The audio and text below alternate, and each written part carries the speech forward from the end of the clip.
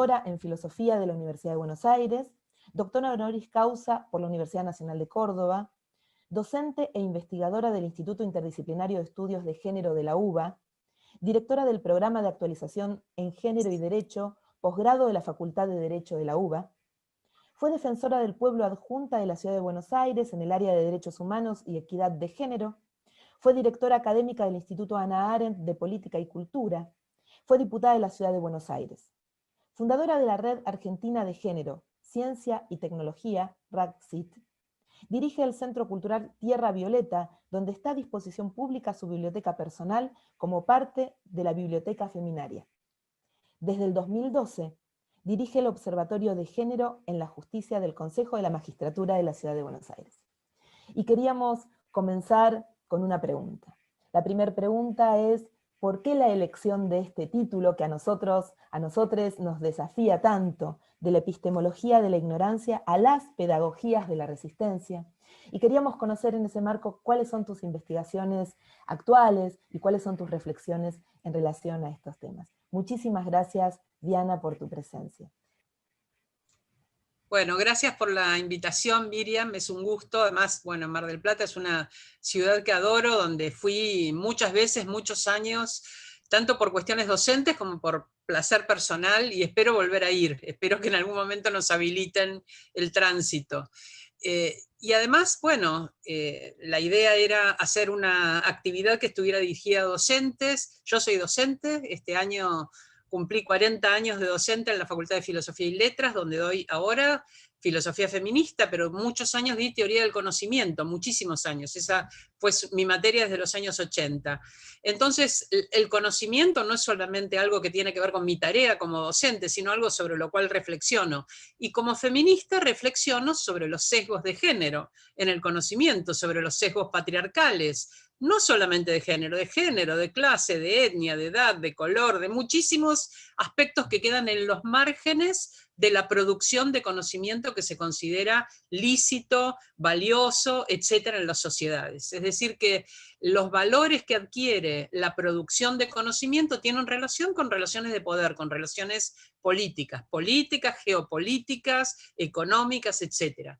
Entonces me interesa mucho pensar la tarea docente como una tarea de producción de resistencias a este avasallamiento que tiene que ver también con los derechos humanos. Así lo pienso cuando hago mi trabajo docente, y así me gustaba intercambiarlo con ustedes, porque además creo que estamos en un momento en que el esfuerzo docente es inmenso, es personal, es por compromiso personal, porque no se ha producido desde el Estado una planificación que dé los recursos necesarios como para esta reconversión inmediata que ha tenido que hacerse por la pandemia.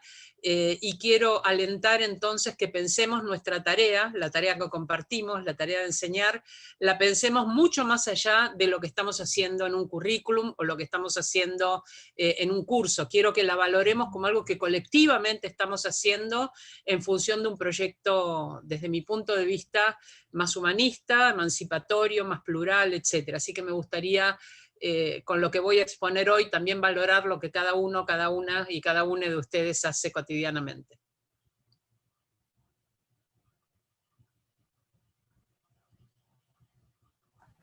¿Por qué esto de la epistemología de la ignorancia? A mí cuando leí el título me remitió en algún sentido a Rancière, ¿no? Cuando hablaba del maestro ignorante, este maestro que podía enseñar más allá de sus saberes previos, y me intriga o me inquieta este recorrido sobre la epistemología de la ignorancia. El concepto de epistemología de la ignorancia es el concepto de una historiadora de la ciencia feminista, que se llama Nancy Tuana, que después les puedo pasar si quieren alguna bibliografía. Ella hizo un artículo muy impactante, el artículo está en inglés, pero tengo un artículo en español que reproduce parcialmente y aplica precisamente a cuestiones que tienen que ver con educación sexual integral y con la perspectiva de género en la educación sexual integral, así que les puedo pasar algo de esa bibliografía si quieren para después, para seguir pensando. Pero Nancy Tuana lo que hace es pensar que la ignorancia no es simplemente la ausencia de saber, que hay una producción de la ignorancia, que hay una intencionalidad muchas veces en la ignorancia. No es meramente no saber, es no saber en relaciones de poder, Por ejemplo, hay una ignorancia que ya un autor anterior, también norteamericano, Robert Proctor, que era un médico que se dedicaba a cuestiones de tabaquismo, y él notaba que no era que la gente ignoraba el daño del tabaco, sino que había una producción de un contraconocimiento que decía que el tabaco no hacía daño. En nuestro país lo hemos vivido porque un cardiólogo muy importante se descubrió en una investigación en Inglaterra, en una tabacalera multinacional, una factura de él con el recibo de haber recibido una X cantidad de dinero por un informe acerca de que el tabaco no producía daño. Un cardiólogo que era el cardiólogo del presidente de la Nación, de Menem, en ese momento. Claro. Es decir, que su incidencia con un informe sobre una política presidencial para no avalar una ley que se estaba discutiendo, que era una ley antitabaco, o sea, fíjense el lobby inmenso y el pagarle a un hombre con un prestigio enorme que se suicidó, de hecho, cuando esto se investigó, etcétera. O sea, algo que, ¿por qué? ¿Por qué por dinero aceptás hacer una cosa así? Producir un falso discurso que contrarreste, que produzca ignorancia acerca del verdadero daño del tabaco. Este médico, Proctor, entonces, dijo, acá hay una ignorancia que es estratégica, que es interesada, que incluso es tóxica, porque contamina las formas razonables de convivencia donde nos basamos en nuestros saberes para decidir políticas, para decidir campañas, para decidir cuestiones sobre nuestra vida personal, como fumar o no fumar. Entonces, allí hay una inquietud acerca de que la producción de ignorancia es algo activo y no meramente algo pasivo. Es decir, quiero pensar la ignorancia no como falta de saber, porque además quiero que discutamos qué es el saber. Por eso, entonces, este término de Nancy Tuana, que ella lo ubica, hace una diferenciación sobre muchos modos de la ignorancia. Por ejemplo, dice, ignorar, por ejemplo, es saber que no se sabe sin que importe. Es una de las formas de la ignorancia. Sí, sobre esto no sé nada, pero no me importa. Alguien que tiene poder y que aquello que ignora es algo de lo que depende la vida de personas que no interesan, o de segmentos de la población a los que no tiene ningún interés en prestarle atención, sabe que no sabe, pero no le importa, es un rasgo de poder. No me importa saber qué es lo que te preocupa, qué es lo que producís, qué es lo que deseás, qué es lo que pensás, cuáles son tus esperanzas. No me importa, porque estoy concentrado en un modo del saber de las cosas que me importan, y yo puedo determinar por relaciones de poder que esto es lo importante y lo tuyo no, o lo de ustedes como comunidades no. Entonces, saber que no se sabe sin que importe es un rasgo de poder. Otra manera es que ni siquiera se sabe que no se sabe. Aspectos de la vida que no han entrado en el foco de las disciplinas. Por ejemplo, la historia fue de cierta manera hasta la década del 70. ¿Quiénes eran protagonistas de la historia? ¿Quiénes eran testimoniantes en la historia? ¿Cuáles eran los acontecimientos relevantes en la historia? Lo produció un pequeño conjunto de sujetos, los reyes, los guerreros, cierto tipo de sujetos que estaban investidos de una relación jerárquica en relación con todo el resto de la población.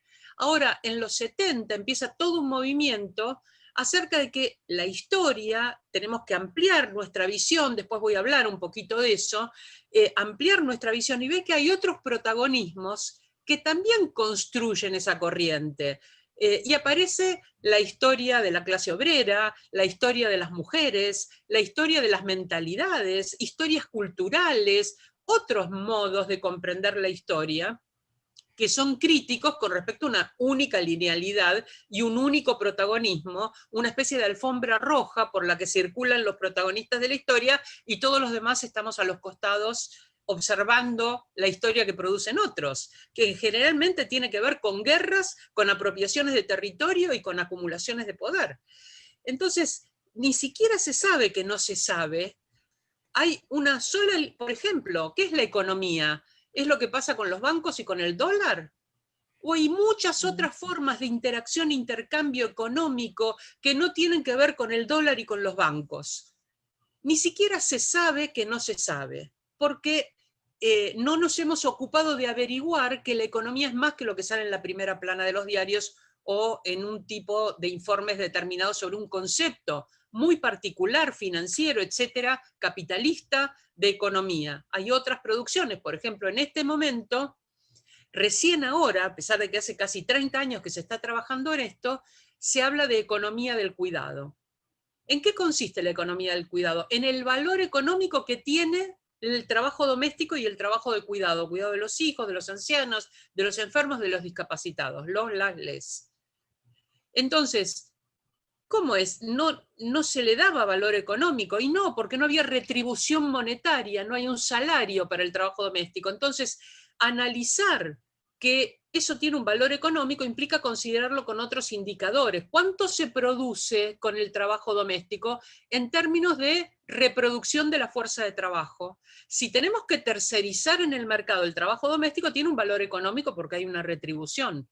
Entonces, yo recuerdo que en los 80, como parte del litigio feminista, se hacía un cálculo a valor de mercado, cuando se decía, bueno, se hace un divorcio y la mujer decía, no, yo no tengo nada, el auto lo compró él, la casa la compró él.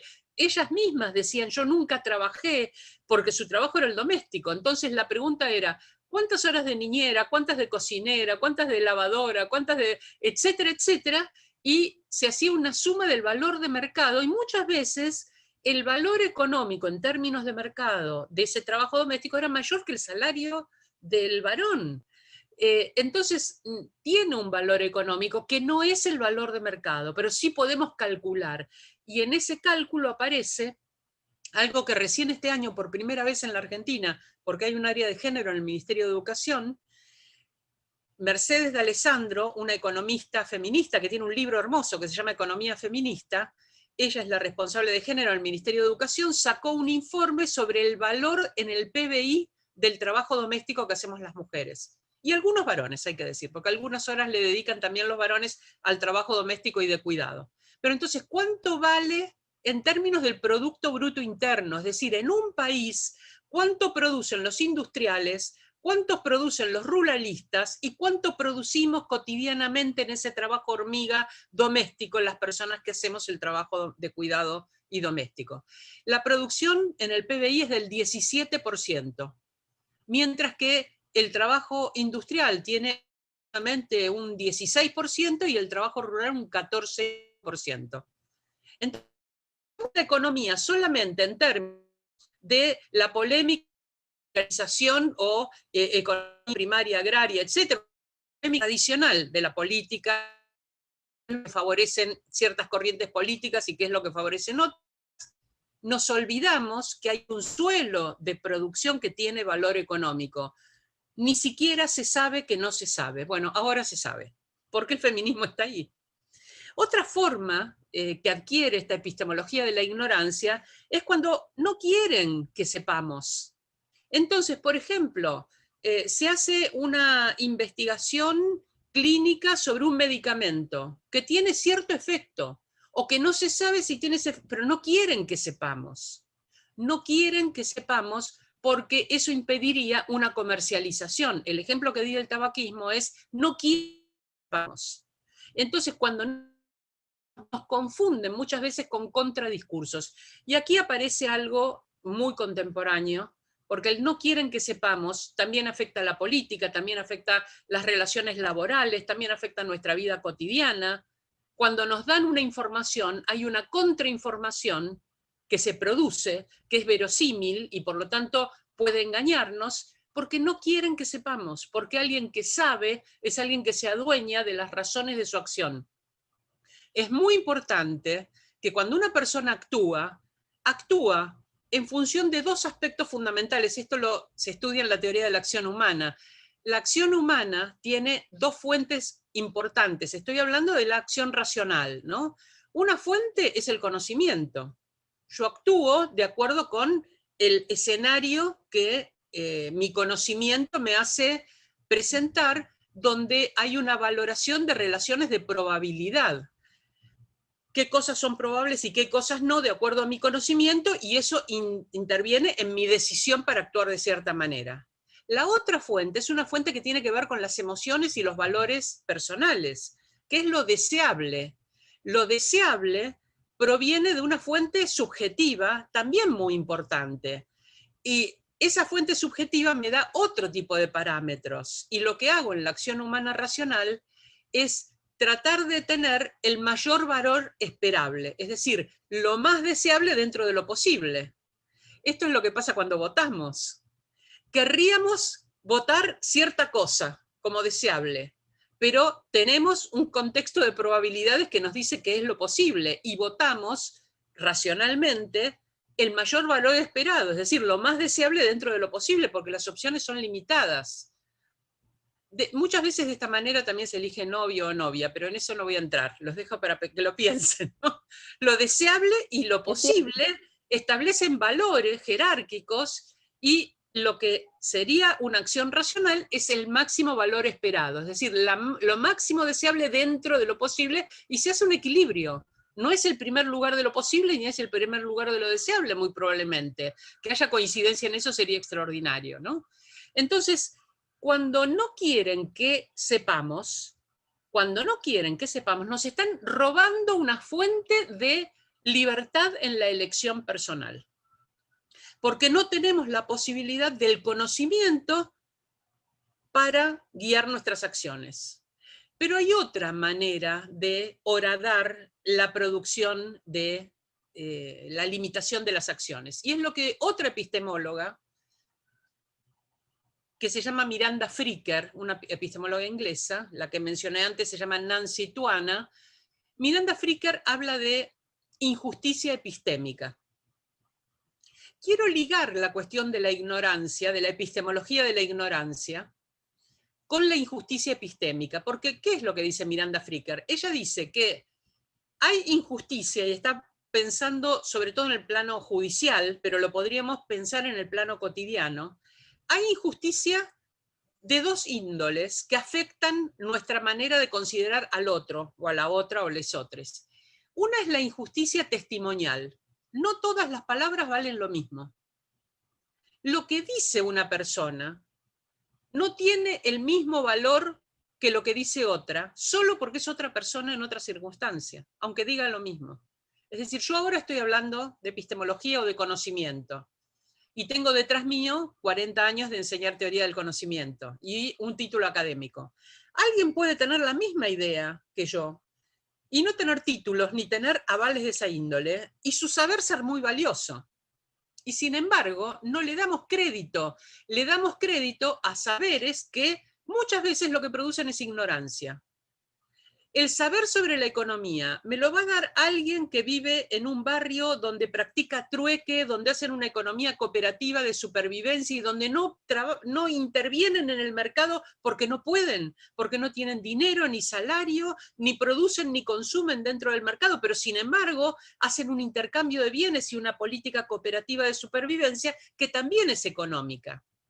Economía es una palabra que la etimología viene de oikos, que es la casa, el ámbito doméstico, el hogar, y nomos, que es ley, la ley por la cual regimos lo doméstico. La economía básica era la economía doméstica, cómo nos manejamos en nuestro pequeño ámbito de convivencia. Y hay muchas personas que se manejan sin dinero en su ámbito de convivencia. Entonces, se van de la economía como está pensada en un mercado capitalista. Si esa persona me dice qué cosas son buenas y qué cosas son malas en ese producto de intercambios, no se va a considerar un saber como un economista o un periodista económico que me da sus pronósticos avalados por la academia.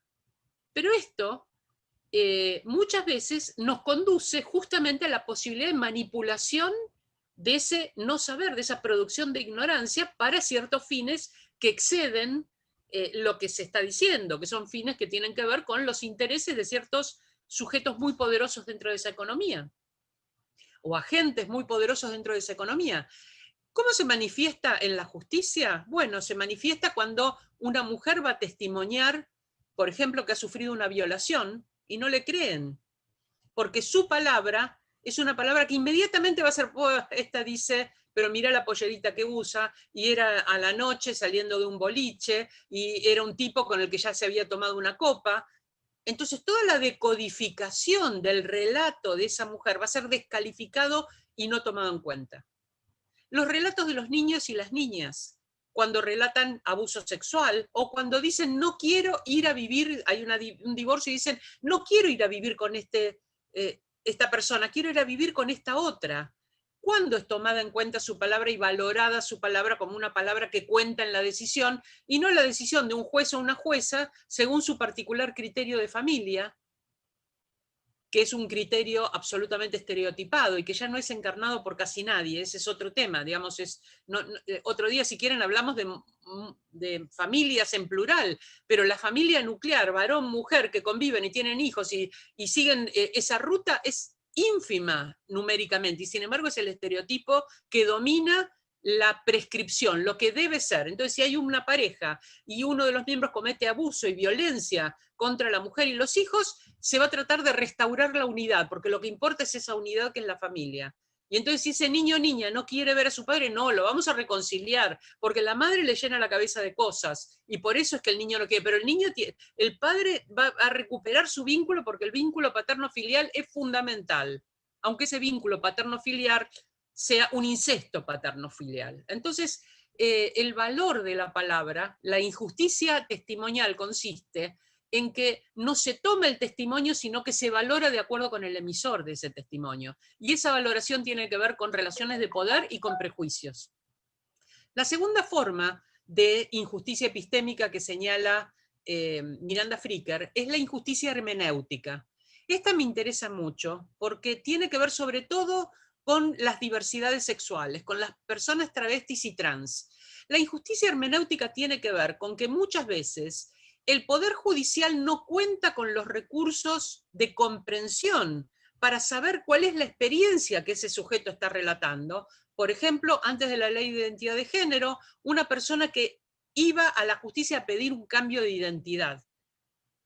¿Cuál es el motivo? ¿Qué es lo que conduce subjetivamente a una persona a pedir este cambio? No había ninguna comprensión judicial. De hecho, la determinación del género de la persona, la verdad sobre el género de esa persona, no era su testimonio.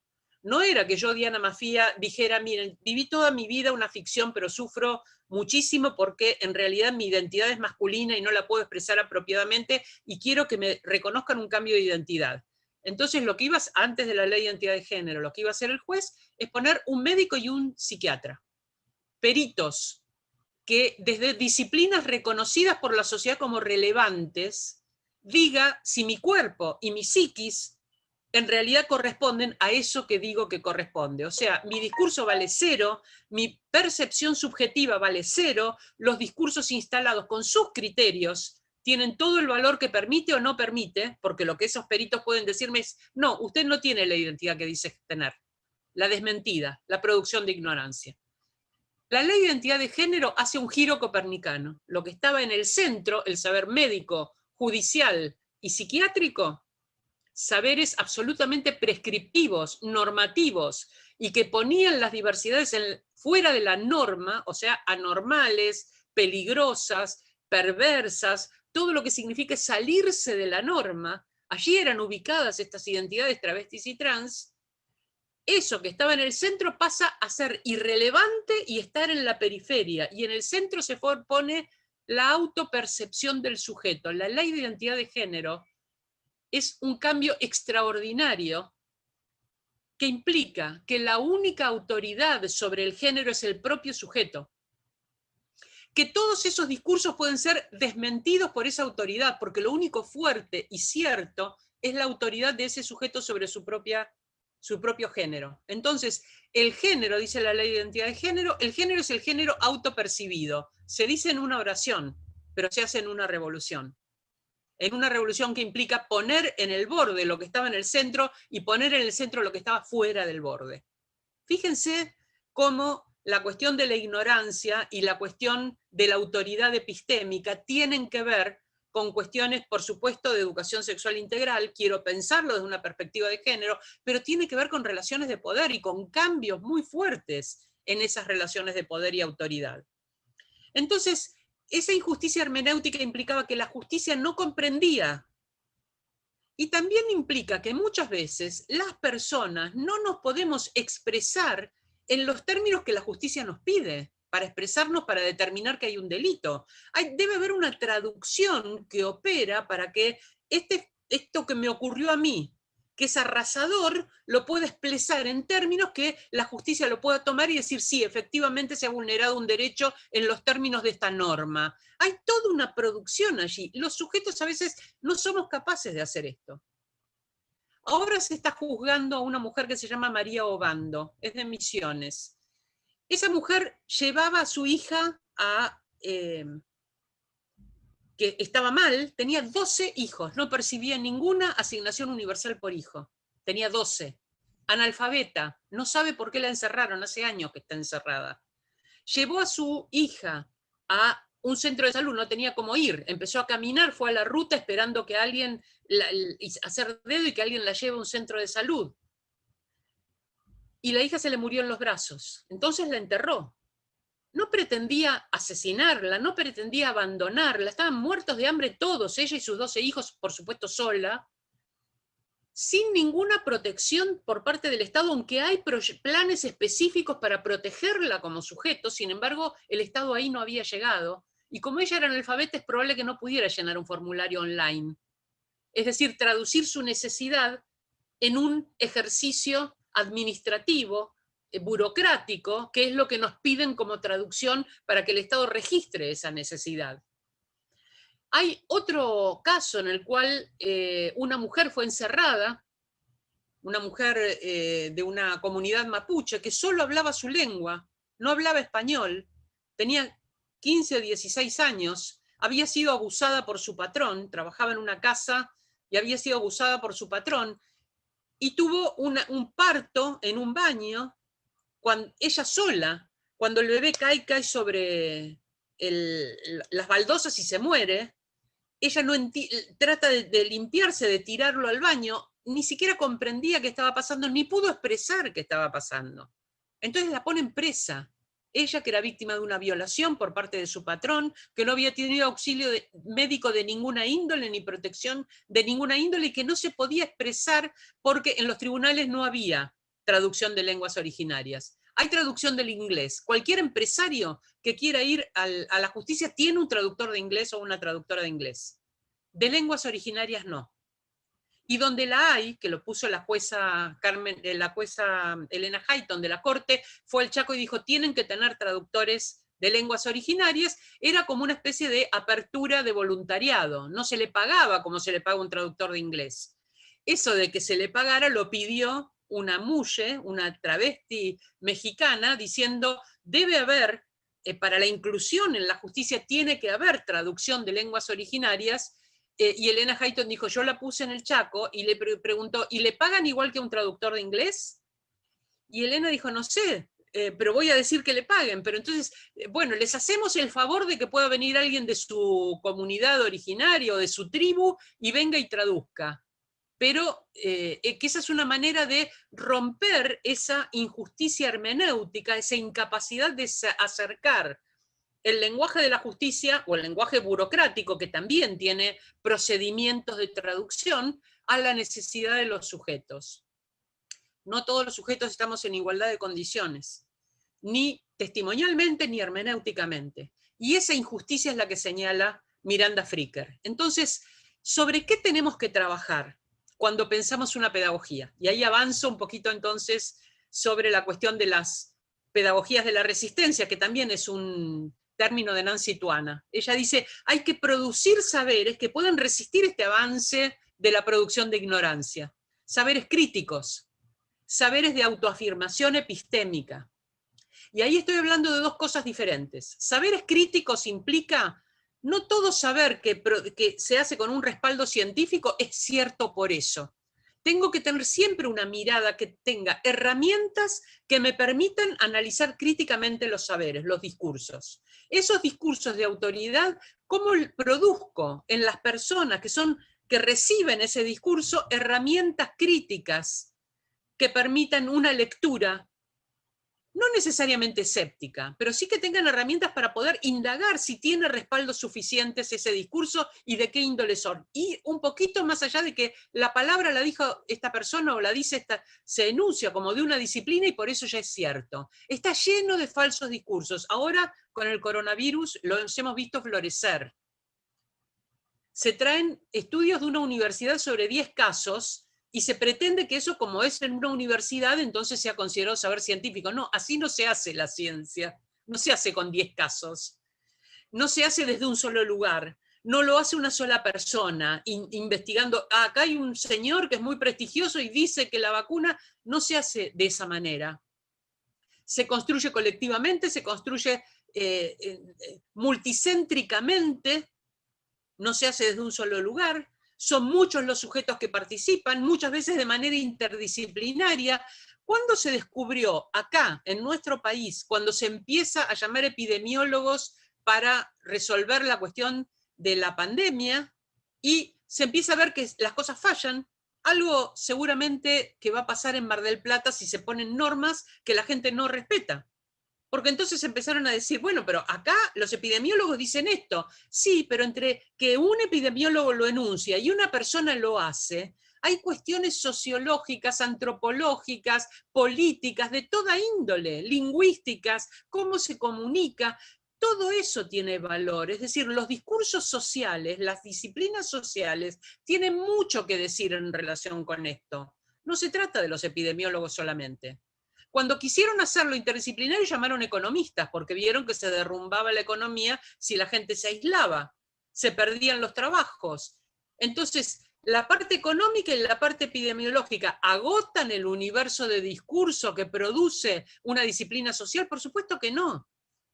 Entonces, ¿cuándo incorporamos los discursos sociales que están tan despreciados y sin embargo son indispensables? ¿Cuándo incorporamos la cercanía para saber qué pasa en las casas en relación con la escuela, que la tienen los docentes y las docentes? La autoridad sobre ese tema no la tiene un ministro, no la tiene un ministro. Carece de autoridad sobre este tema porque no tiene los datos fundamentales, que son los datos de cuáles son las comunidades y cómo deciden y cómo viven y qué posibilidades tienen. Entonces, hay una cuestión que me interesa mucho destacar en esta resistencia, en esta epistemología, en esta pedagogía de la resistencia, que es la construcción de autoridad epistémica. Así como hay sujetos que están desvalorizados como sujetos cuyos saberes no importan, no son pertinentes, o pueden regir su vida si quieren ellos individualmente, pero no pueden ser saberes sociales valiosos, tomados en cuenta para tomar decisiones políticas o decisiones colectivas.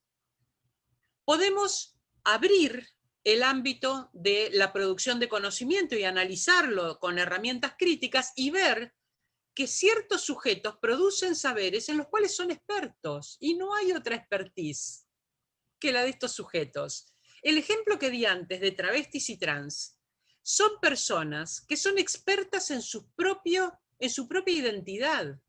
Ni son los jueces, ni son los curas, ni son los diputados y diputadas, ni son los ministros y ministras, ni los directores del registro civil quienes saben sobre la identidad. Lo saben estas personas. Ellas son expertas en su propio conocimiento. Hoy a la tarde tengo que dar en la justicia, yo trabajo en el Consejo de la Magistratura y vamos a hacer una capacitación judicial para activistas sociales que tratan de llevar la justicia a los barrios, para operadores judiciales, pero que hacen un voluntariado en los barrios para llevar acceso a la justicia, se han encontrado con preguntas sobre infancias trans o adolescencias trans, algo que no estaba dentro de las preguntas que recibían en años anteriores. Hace mucho que les vengo diciendo, capacítense, porque la cuestión de violencia y la cuestión de diversidad de género son dos cuestiones que van a aparecer inmediatamente. Bueno, empezaron a aparecer. Así que hoy armamos una capacitación sobre eso. Yo voy a abrir la capacitación, señalando la importancia de estos saberes en relación con la justicia. Pero la capacitación la da una persona trans y la da la mamá de una niña trans, que fue la niña más pequeña que tuvo su reconocimiento de identidad. La deben conocer porque está el libro Yo Nena, Yo Princesa, que es hermoso, para cualquiera que haga docencia o que se dedique a temas de diversidad. Gabriela Mancilla, que es la mamá de esta nena, hablando de niñeces trans, lo que corresponde como autoridad. No soy yo, aunque tenga muchos años de escritura o de lectura, etc. El saber está en otra parte. Legitimar esa autoridad epistémica es un trabajo político. Es un trabajo político porque interviene en las relaciones de poder, modifica las relaciones de poder. ¿Dónde aprendí hace 20 años o 25 que lo que yo tenía que hacer como académica era favorecer que se escuchara en la academia la voz? Hice el primer libro académico que hubo sobre diversidad sexual, que fue Sexualidades Migrantes, Género y Transgénero, que está accesible en internet, así que lo pueden bajar de ahí y leer. Fue el primer libro que se hizo, fue en el 2003. Cuando en ese libro lo que van a encontrar es trabajos en primera persona, de lesbianas, travestis, intersex, gays, trabajos en primera persona, reflexivos, porque son personas con capacidades teóricas que hacen puente entonces con muchas otras experiencias, pero no es mi palabra, aunque yo sea una investigadora en esos temas. ¿Cómo lo aprendí? Porque trabajando en mi tesis encontré un artículo que estaba, vieron que uno está leyendo una revista y viene después otro artículo que no tiene nada que ver, pero la curiosidad te lleva a mirar, y ese artículo era sobre las personas con discapacidad. Y señalaba la necesidad de que las personas con discapacidad fueran consideradas expertas en su propia condición. En ese momento, yo fui defensora del pueblo entre 1998 y 2003. En ese momento yo era defensora del pueblo. Y una de las cosas que había constatado es que no había accesibilidad en el transporte público y en los edificios públicos. Pero entonces le di importancia a eso y contraté un ingeniero con discapacidad. Lo que había ocurrido en la ciudad es que la exigencia de hacer accesible el espacio público, que desde la Defensoría habíamos señalado al jefe de gobierno, usted no está cumpliendo con la ley de accesibilidad en el espacio público, entonces hicieron bajadas en las esquinas que no tenían, las personas con silla de ruedas no podían subir por la inclinación que tenían. La inclinación no puede ser cualquiera. Y si te tiene que llevar a alguien empujando la silla, entonces ¿para qué sirve la rampa? No le da autonomía a esa persona. Y lo mismo en los transportes públicos. Entonces, lo que hice fue hacer un trabajo de investigación con la REDI, la Red de Personas con Discapacidad, que es una ONG que une varias organizaciones de personas con discapacidad, y con este ingeniero como técnico que iba a dar las instrucciones, traducir las necesidades de la discapacidad en instrucciones técnicas al ejecutivo. Las rampas no pueden ser lisas porque se resbala la silla y te morís. Las rampas tienen que tener espinas de pescado, unas rayas que permiten que se pueda ascender o descender sin riesgo. Tienen que tener una inclinación determinada. No todos los edificios admiten una rampa. Hay otros modos que se pueden establecer. Entonces, las personas con discapacidad son expertas en su propia condición. Tienen ellas que definir la política que les está destinada. Hay un principio más general feminista que dice: las leyes que van a impactar sobre nuestra vida y nuestra subjetividad tienen que ser leyes en las que participemos. Hemos vivido, todas las mujeres en todos los países, pero en particular en nuestro país, con códigos legales que nos consideraban incapaces, con leyes y con una constitución en la que las mujeres no habíamos participado. Hasta 1994 fue la primera vez que hubo intervención de mujeres en una convención constituyente para la reforma constitucional de 1994. Hasta fines del siglo XX, ninguna mujer había participado en las leyes que nos rigen. A ver si nos damos cuenta. Entonces, que estas leyes sean represivas, que nos ignoren, que no nos tomen en cuenta, que no les importe, es el producto de que no hemos estado allí. Entonces, fortalecer la autoridad epistémica fortalece las relaciones desiguales de poder, nos pone en condiciones de que nuestro discurso sea escuchado, y nos pone entonces en condiciones más igualitarias, justamente en aquellas cosas que nos afectan de manera muy fuerte y también de manera cotidiana, de manera normativa, pero también de manera cotidiana, no solo como intervención abusiva del Estado, represiva, por ejemplo, sino también como ausencia del Estado, la violación de derechos por omisión, ausencia del Estado allí donde debe estar presente y dar los recursos. ¿Qué recursos? Los que cada comunidad requiere y define, no el recurso que se les antoja. Y en eso tengo experiencia personal de ceguera personal. He ido aprendiendo esto con el tiempo. Trabajé muchos años, desde los 90 en adelante, con Loana Berkins. Siempre formó parte de mi equipo de trabajo, una dirigente travesti muy importante, hasta que murió a principios del 2016, y siempre tuve personas trans en mis equipos de trabajo, como defensora del pueblo, como legisladora y ahora como directora del Observatorio de Género en la Justicia. Cuando en un momento se podían establecer políticas públicas en salud, pensé, bueno, vamos a hacer en el Hospital Muñiz, que es un hospital de infecciosas, un servicio saludable para travestis. Y Loana Berkins me dice, eso es reforzar el hecho, el mito de que las travestis somos portadoras de SIDA solo por el hecho de ser travestis, que infectamos, que nuestra participación en la sociedad es infecciosa. Lo que pasa a veces, lo que pasa ahora, lo que va a pasar en parte con el considerar que el prójimo es nada más que un portador de virus, que tenemos que establecer distancia porque el prójimo se reduce a ser un posible portador de virus. Entonces Loana me dijo, acá son otras las políticas que requerimos, es la propia comunidad la que tiene que definirlas. Y la propia comunidad lo que definió es acceso a la educación, aunque nos parezca mentira. Las travestis a las que se llevaban presas arbitrariamente, que estaban el 96% de ellas en prostitución, que eran castigadas por la policía, que no iban al hospital porque las llamaban con el nombre de documento y no les respetaban su identidad. Lo que pedían era volver a la escuela. El 70%, el primer derecho demandado fue volver a la escuela. Entonces, tenemos que saber que son las propias comunidades y las propias personas las que definen sus necesidades, y en todo caso podemos actuar en traducciones y en fortalecimiento de esta autoridad epistémica, esta autoridad de saber sobre las cosas que nos afectan y sobre nuestros deseos. Y no es solamente saber sobre ellos, sino también establecer la posibilidad de anular esa ignorancia, pero también avanzar hacia otra cosa. Entonces voy a decir muy brevemente, muy esquemática, ¿qué alternativas tenemos en una pedagogía de la resistencia? Que es este nombre que le pone Nancy Tuana a la reacción frente a la epistemología de la ignorancia. Frente a la epistemología de la ignorancia, producir pedagogías que ella considera feministas, porque está viendo sobre todo la ausencia de las mujeres y el daño sobre las mujeres de esta ignorancia, producir pedagogías de la resistencia. Y no es del modo exactamente en que ella lo expone, sino el modo en que mi propia experiencia en epistemología feminista me señala muchas cosas que tendríamos que hacer para producir esta pedagogía de la resistencia. El conocimiento no es individual, no es un loco solo en un laboratorio que es un genio.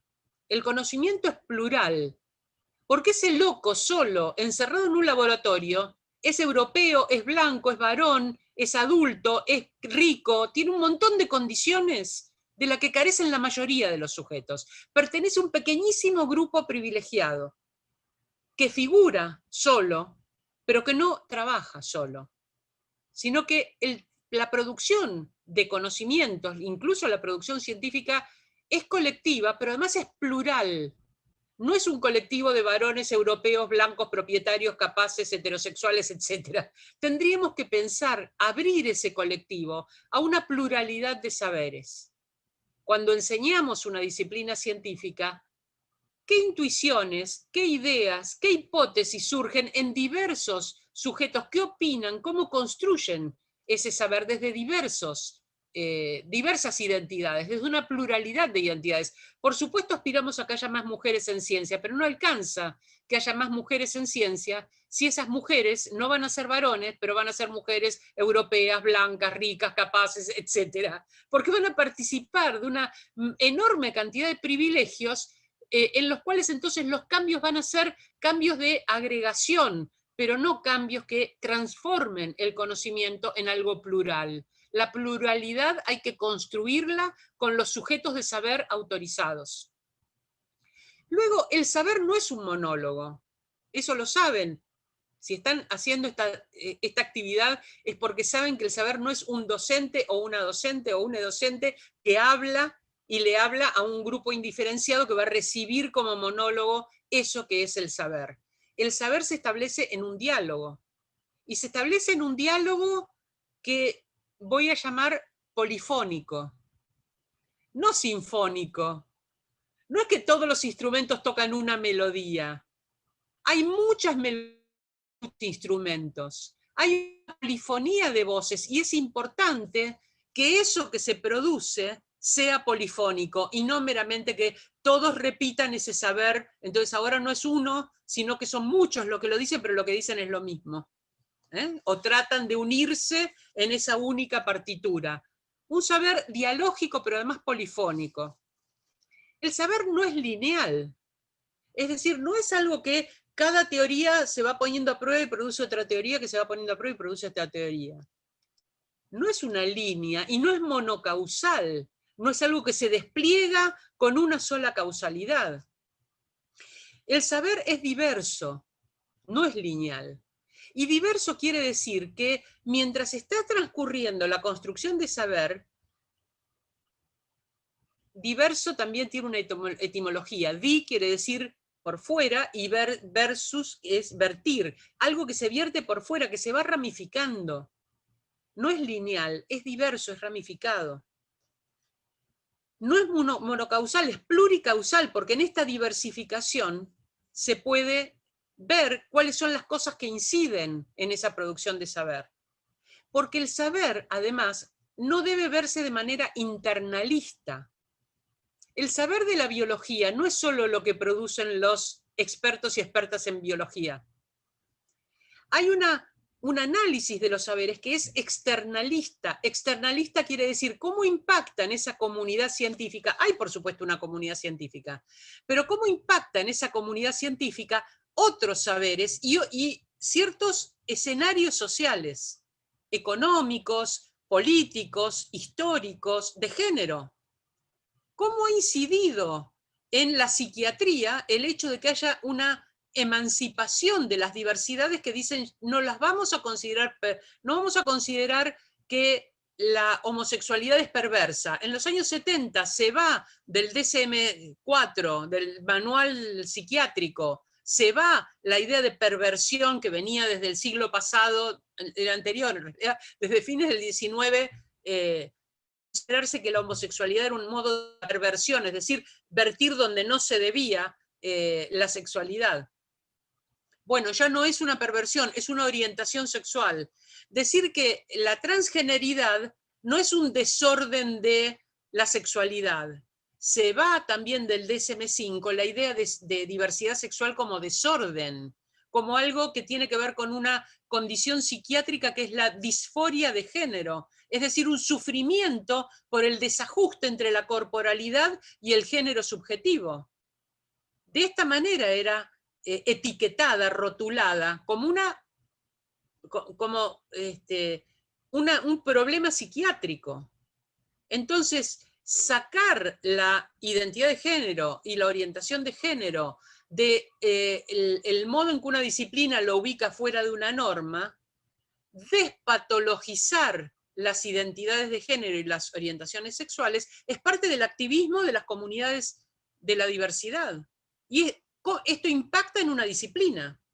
Desde hace más de 10 años insisto en que no se hagan intervenciones quirúrgicas a bebés intersexuales, porque hay un no saber y no me importa que no sé, que consiste en saber qué pasa con esas personas cuando son adultas, una vez que mutilé irreversiblemente sus genitales para que su aspecto sea el aspecto binario. ¿Por qué tengo que producir binarismo donde la naturaleza no da binarismo? Porque tengo una ideología de género. La ideología de género no es hablar de diversidad sexual. La ideología de género es la ideología binaria, que tiene una crueldad tal y un dogmatismo tal que es capaz de torturar un cuerpo con una intervención mutilante e irreversible para que no desmienta el binarismo de su ideología. Esa es la verdadera ideología de género. No es que no haya, pero no es la ESI la que está produciendo ideología de género. La ESI está dando un saber crítico, produciendo una pedagogía de la resistencia frente a ese no saber y no querer que se sepa. Entonces, no es monocausal, es pluricausal, no es internalista, es externalista, no es cerrado y concluido. Cuando se enseñan ciencias o cuando se enseña historia, parece que el saber ya estuviera cerrado, entonces lo que hay que hacer es aprenderlo. El saber es abierto y está en construcción siempre.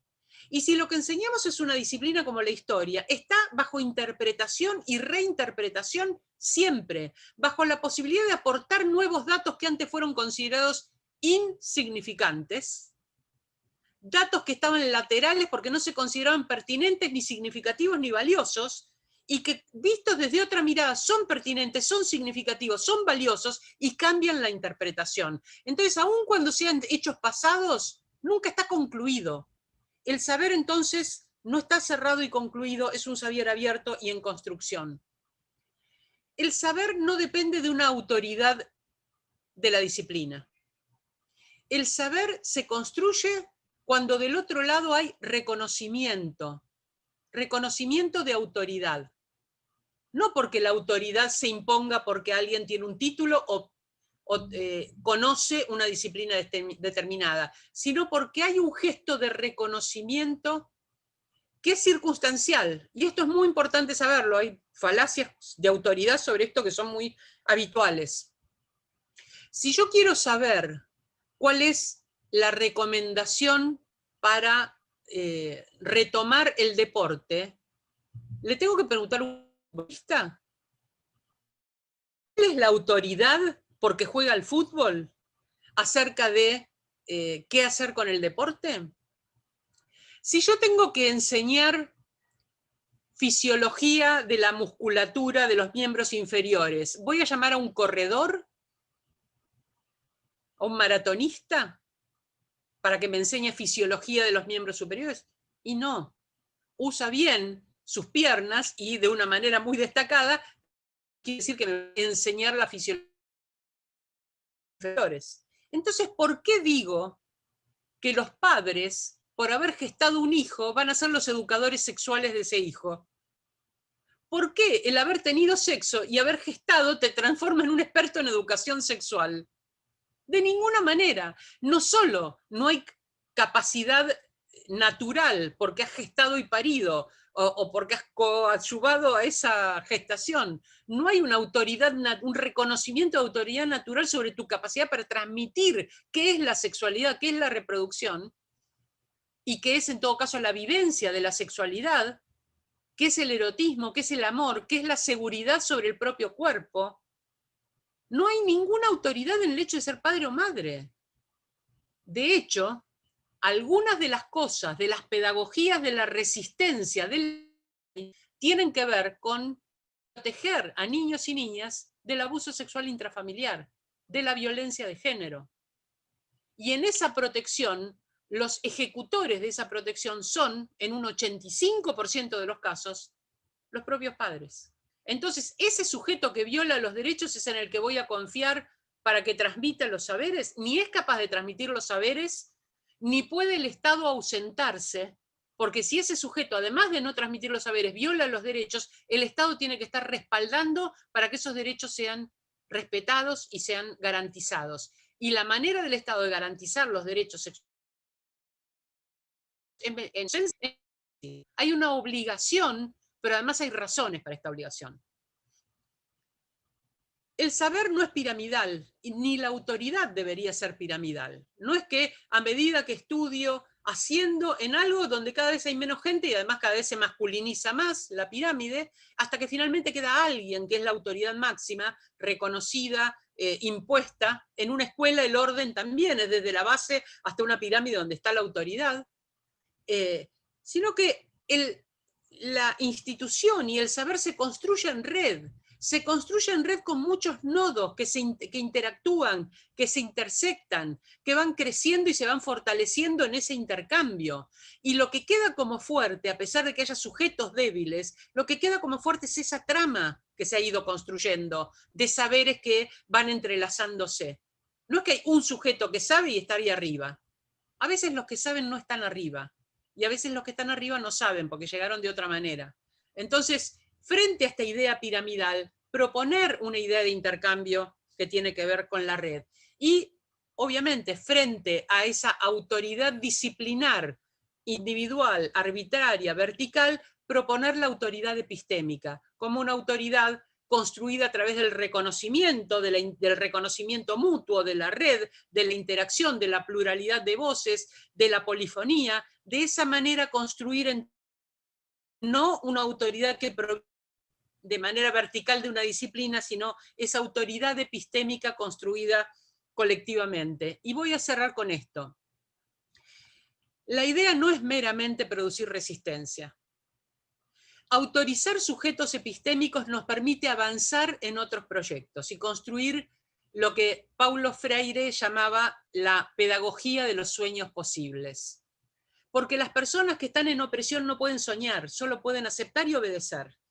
Entonces no solo autorizamos sujetos para que se defiendan de ese imperio de la ignorancia, sino que autorizamos epistémicamente para construir posibilidades de soñar otra realidad, otra sociedad, otra comunidad, y soñarse a sí mismos, a sí mismas, o a sí mismas de otras maneras. Hannah Arendt, una filósofa alemana extraordinaria, hacía una distinción entre liberación y libertad. Y es una distinción muy importante, y esto va a ser el último concepto para que tengamos una posibilidad de diálogo un ratito. La liberación era cuando yo logro sacarme de encima una situación de opresión.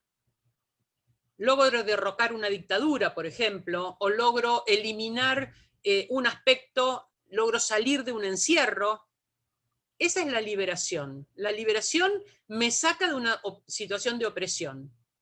La libertad es lo que me permite proyectar una vida propia. Es lo que me permite ir hacia adelante con un proyecto personal. La libertad me lleva también a una responsabilidad, por supuesto, porque esa libertad implica que me voy a ser responsable de decisiones permanentemente en mi vida. Es trabajosa la libertad. Emancipo a un sujeto y ya no le damos órdenes. Entonces no es que te van a decir lo que tenés en tu vida. Ahora te tenés que tomar el trabajo permanentemente de tomar decisiones. ¿Cómo las tomás?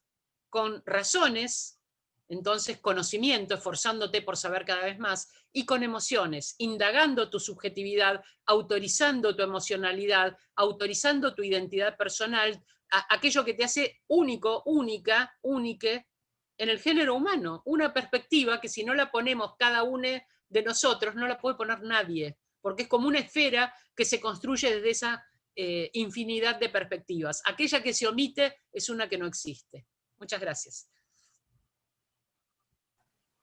Gracias, Diana. Creo que nos dejaste a todos muy conmovidos, muy. Me gustaría, si alguien quiere formular alguna pregunta, están habilitados, pueden abrir el micrófono. Había todo el tiempo en el chat, estaban diciendo sos una grande Diana, te estaban preguntando si hay algún artículo donde pudieran leerte en esto. Diana, me voló la cabeza. Diana, pusiste en palabras cosas que pensaba. Bueno, el chat está ahí circulando. A mí me parece, quería hacer una mención, simplemente, que creo que esta instancia también me evocó algo teórico, que estuve leyendo hace poquito, que a lo mejor ya lo leíste y capaz que sea también un motivo de charla. Yo estuve leyendo hace poco un libro de una autora feminista, Lorraine Berland, que se llama El optimismo cruel, y me hizo acordar mucho a esta cuestión que vos planteabas sobre la relación de conocimiento, los regímenes de veridicción, las opciones que nos parecen que tenemos, pero que en realidad se nos presentan de esta manera porque no sabemos o no conocemos las otras opciones que tenemos a disposición. Y me hacía pensar esto también en nuestro rol docente, ¿no? ¿Cómo podemos hacer desde el lugar que nos ocupa como docentes, como profesores, como educadores, para amplificar estas pedagogías de las resistencias, amplificando también la dimensión epistemológica y del saber, ¿no? Poniendo en jaque estos regímenes de veridicción que vos nombrabas? Yo creo que justamente la docencia es el mejor lugar para hacerlo, porque es un lugar de cambios pequeños pero irreversibles. Se pueden hacer cambios más vistosos en otros órdenes, pero muchas veces termina una gestión y todo volvió hacia atrás. Yo fui 5 años defensora del pueblo. Una de las cosas que hice es abrir una línea de trabajo con travestis y trans.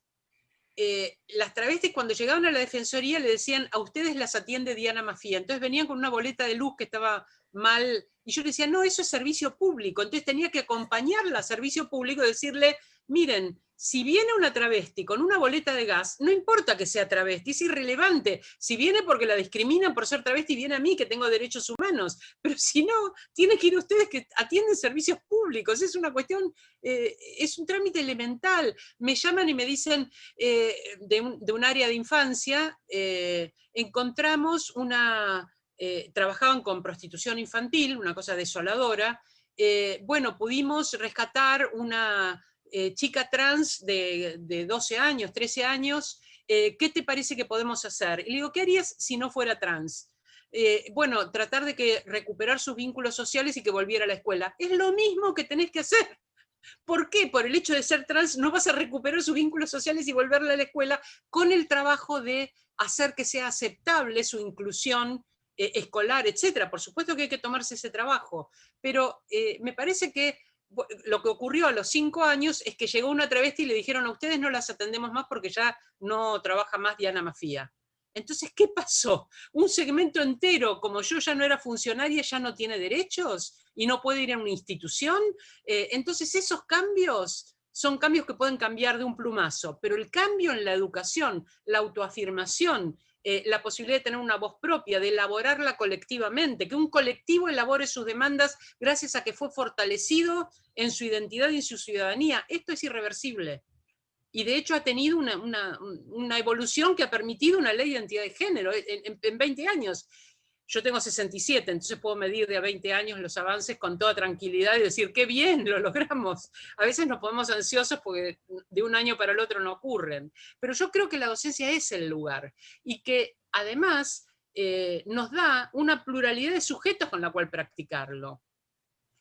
Yo recuerdo haber sugerido en la escuela de mis hijos, porque había varios chicos que eran migrantes. Entonces le propuse a la maestra, le digo, ¿por qué no invitan a los padres de estos chicos a que cuenten de qué trabajan, cómo era la vida en su país de origen? Me dice, pero son migrantes.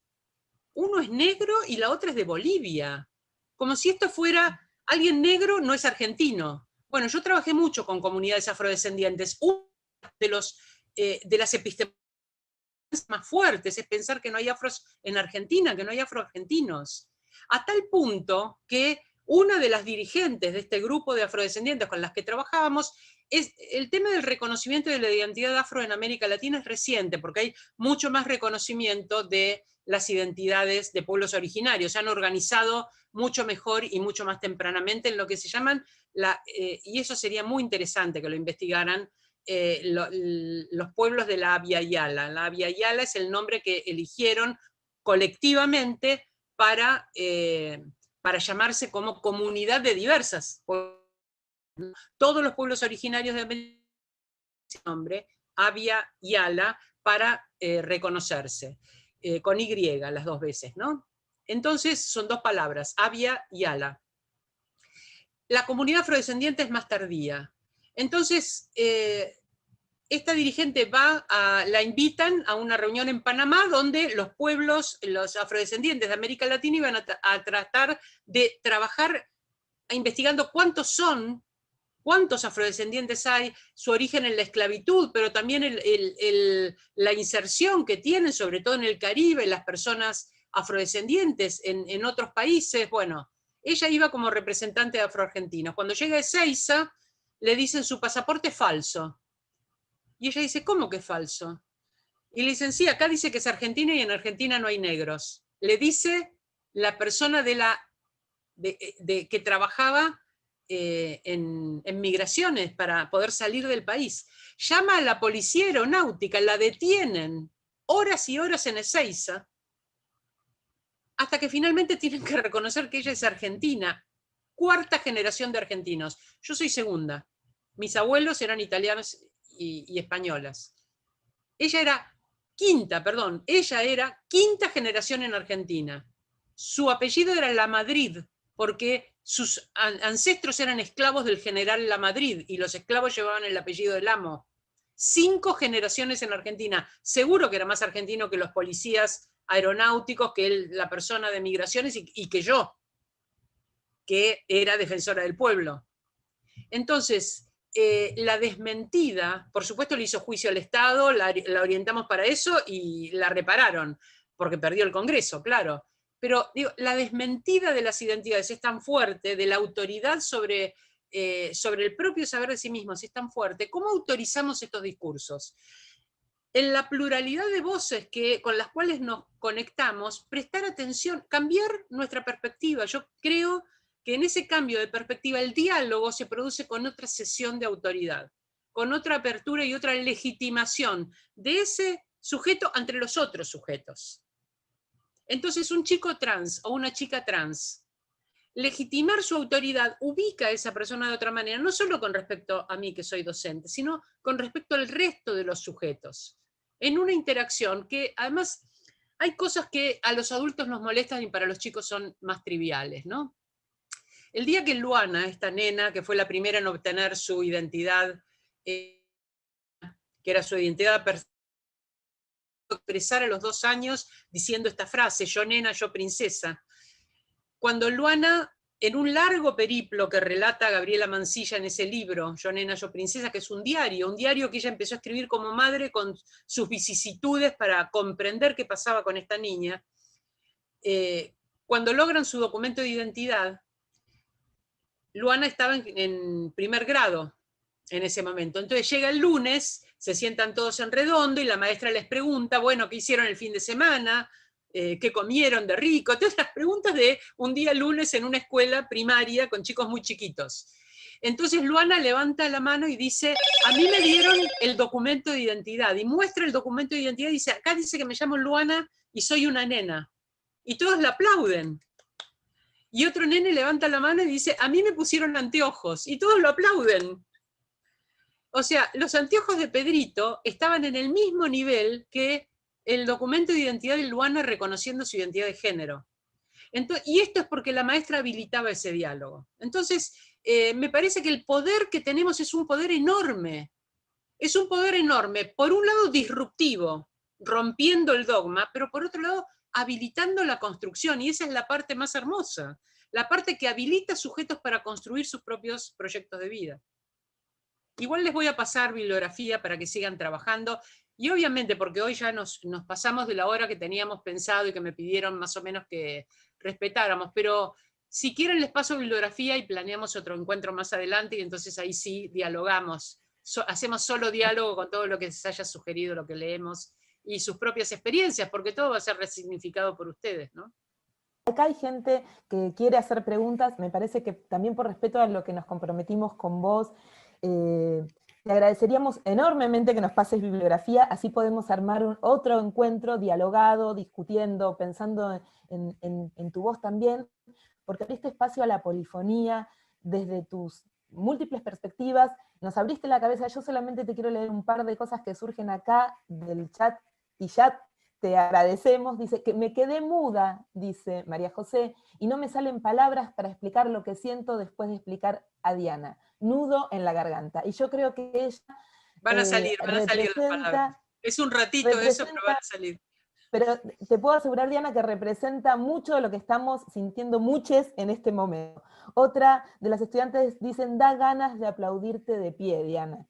Entonces, yo creo que con estas palabras podríamos cerrar por hoy, ¿no? Con la expectativa y con el deseo de que podamos volver a encontrarnos después de leerte y para poder abrir un espacio que nos permita enriquecernos en esta jornada. Gracias enormes, Diana, por tu generosidad, por todo lo que nos enseñaste en un ratito, por toda esta posibilidad que abriste emancipándonos también, porque eso es este trabajo, deconstruyéndonos también, aunque esté trivializada hoy la palabra, pero implica un proceso de desnaturalizar lo que hacemos. Y como profesores y como profesoras es un paso que tenemos que dar. Y no son pasos que habitualmente en las instituciones estén visibles, Por eso tu presencia acá impacta, incide y nos atraviesa, no solo subjetivamente, por supuesto, en nuestra vida cotidiana, sino en nuestro rol, en nuestra responsabilidad y en nuestro compromiso en la docencia. Para pensar, me gusta esto, ¿no? Para pensar en estas pedagogías de la resistencia, ¿no? En muchas posibles y diversas pedagogías de la resistencia. Gracias, Diana. Realmente gracias de pie. Nos dejaste a todos con un nudo en la garganta. Muchísimas gracias. Gracias. Muchas gracias, Diana. Hasta pronto. Muchísimas gracias. Abrazo, Diana. Chao, Gladys. Que estés bien.